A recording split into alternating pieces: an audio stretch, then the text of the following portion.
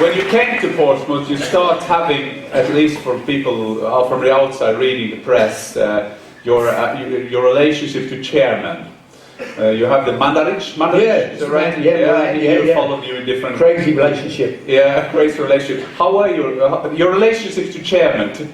Talk us through that. No, not good, not good. No, but a lot of the time it was my fault. Yeah, and it was, if I look back on it, sometimes my wife used to say to me, Harry, you have to be, he's the chairman, you have to be respectful to people, and I wouldn't. If he talked nonsense to me, I would absolutely tell him that he didn't know what he was talking about, and you haven't got a clue, and I was the same at West Ham, it was wrong. I couldn't say it was right. Sometimes you have to just bite your tongue and just, you can't keep falling out with chairman. And I did have a spell of doing that, and I must be honest. But I wouldn't advise that to any young coach, because they wait their time, and when the time comes, you may be successful, but the moment you're not, they don't forget when you've said something to them they didn't like, and they give you the elbow. As for example, we'll speak later about in Tottenham when But then you and the chairman had a great idea at Portsmouth. You said, we have trouble with Southampton, we have to get them out on Premiership. Can you take them for a year? No, well, what happened, we had a bust up. We were flying, we were going great at Portsmouth, and then suddenly he decides he's going to bring in a director of football.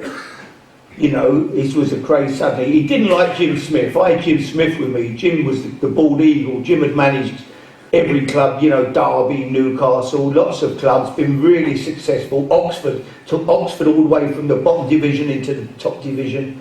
He was older than me, Jim. He looked a lot older than me as well. But the bald eagle. So we don't need a director of football. We've got Jim, who's 70. We've got me. We've got Kevin. But why do we need a director of? But he wants to bring a director. He decides to bring a Yugoslav guy. He was a great player, Zajic. He brings him in to be director of football. And I said, he said to me, no. So I go to see him. A newspaper rings me and said that I hear that you've got a director of football coming. So I go to see Mr. Mandrich. I said, what's this? Nah, this is rubbish, Harry. They're trying to cause problems. This is not happening. Next morning I walked in the club, there's Mr. Zajic sitting there. Oh, good morning. Oh, well, thank you very much. I'm off. So I went. And Jim, we left. And then 2 weeks later I got a phone call from Rupert Lowe asking me to go to Southampton, which is only... The hatred between Southampton and Portsmouth is incredible. I didn't realise just how bad it was. I go to Southampton, I'm loved at Portsmouth. Next thing I go to Southampton, well, the abuse I got from the people at Portsmouth for going to Southampton was incredible. My first at the training ground, I drive into Southampton's training ground, and there's some guys digging the road, and they were from Portsmouth. And Portsmouth people are very tough.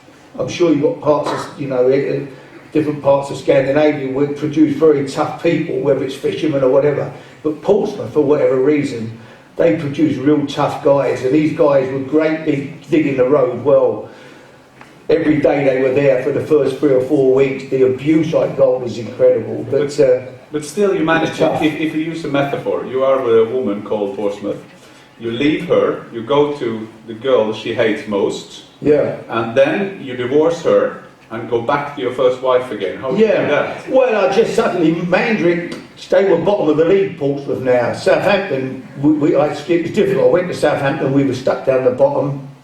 We couldn't stay up that year. The following year, things are going okay. Portsmouth were bottom of the Premier, and Mandrick, suddenly I get a phone call and said, Milan said, would you come back, Harry? Would you come? I said, Next thing, they said, will you meet Milan for a coffee?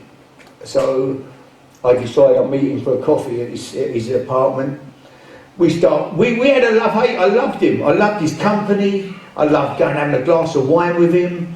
But we would always end up having a row. I mean, we'd be okay for 10 minutes, then we'd start arguing about something. Like a woman? Yeah.